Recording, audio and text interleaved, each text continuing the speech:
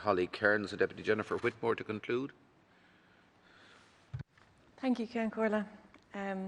I'd like to start by echoing the concerns of my colleagues in the Social Democrats in relation to the welcoming of only 4 children from Greece. I think the people we represent expect better, and I urge you and your department to do more and to do better, and I say that respectfully because I think you agree.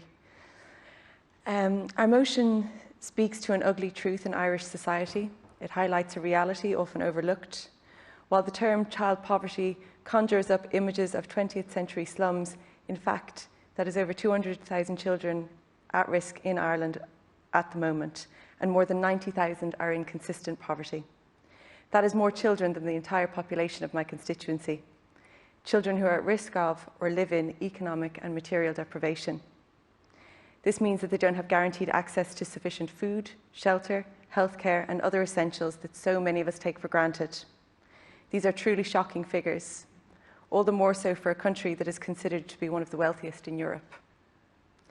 These children are living in households with incomes so low they experience what it's like to go without basics, to go without food when they're hungry, heat when they're cold, to grow up with entire families crammed into B&Bs, hotel rooms and emergency accommodation without room to develop or a quiet place to do their schoolwork.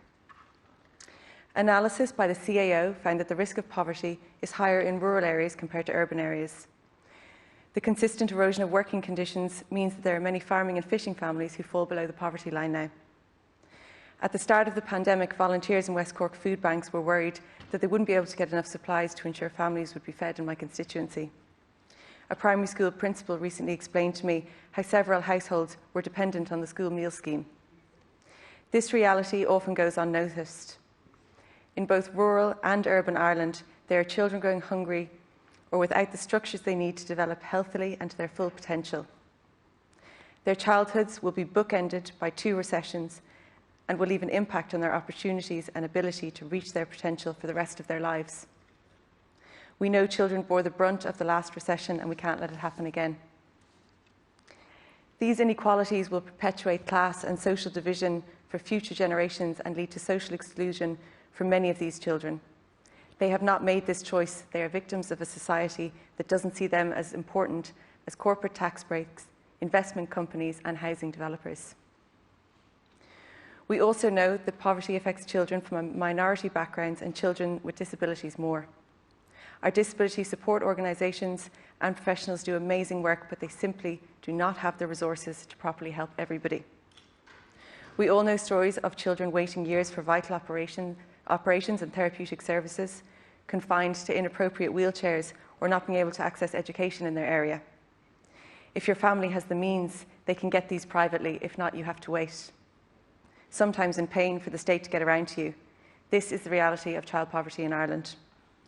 It is a huge indictment of our society that child poverty continues to persist in any form, let alone in the significant numbers we see today. Our youngest, most vulnerable citizens continue to be deprived of their childhood, their health and their well-being. And it doesn't have to be like this. The eradication of child poverty is fully within our reach, and it can be done within the lifetime of this Dáil if the government shows ambition and provides commitment and means to do so. Our motion today aims to address child poverty in Ireland and elicit a whole of government response.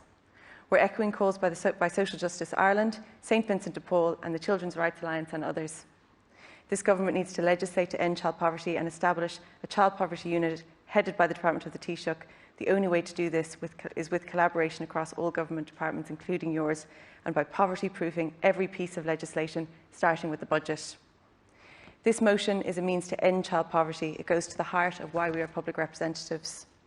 We have a choice today. I urge fellow TDs, both in opposition and in government, to support our motion and to make the commitment not just to reduce child poverty or increase funding, but to implement real change underpinned by legislation and end child poverty in Ireland for good. We can and we should end child poverty, and I'd like to thank other parties for their support today and my colleague Jennifer Whitmore for all the work you put into this bill. Thank you. Thank you, Deputy. Deputy Whitmore.